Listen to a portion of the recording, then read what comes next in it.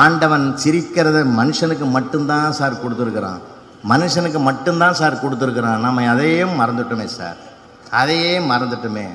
ரொம்ப வருத்தமாக இருக்குது. அது நம்ம இயற்கை சொத்து, இயற்கை சொத்து. அண்ணா நகரில் ஒரு நண்பர் வீட்டுக்கு நான் போகிறேன், கேட்டில் நாய்கள் ஜாக்கிரதைன்னு எழுதி வச்சுக்கிறான்.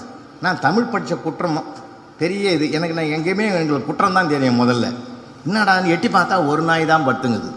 என்னடா நான் ஒரு நாய் ஜாக்கிரதை தானே அவன் எழுதணும். நாய்கள், ஏன்னா அனுமோகன் தமிழ் பேசும்போது நான் தமிழையே உயிராக குடித்தவன், நான் பேச முடியாதா?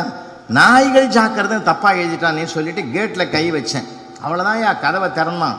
யார் வேணும், யார் நீ, எதுக்கு கேட்டில் கை? ஆஹா, இவன் சரியாத்தான் எழுதிக்கிறான், கட்டினது ஒன்று கட்டாதது ஒன்று அப்படின்னு நானே முடிவு பண்ணிக்கிறேன்னா. எல்லா இடங்களிலும் நகைச்சுவை கொட்டி கிடக்கிறது.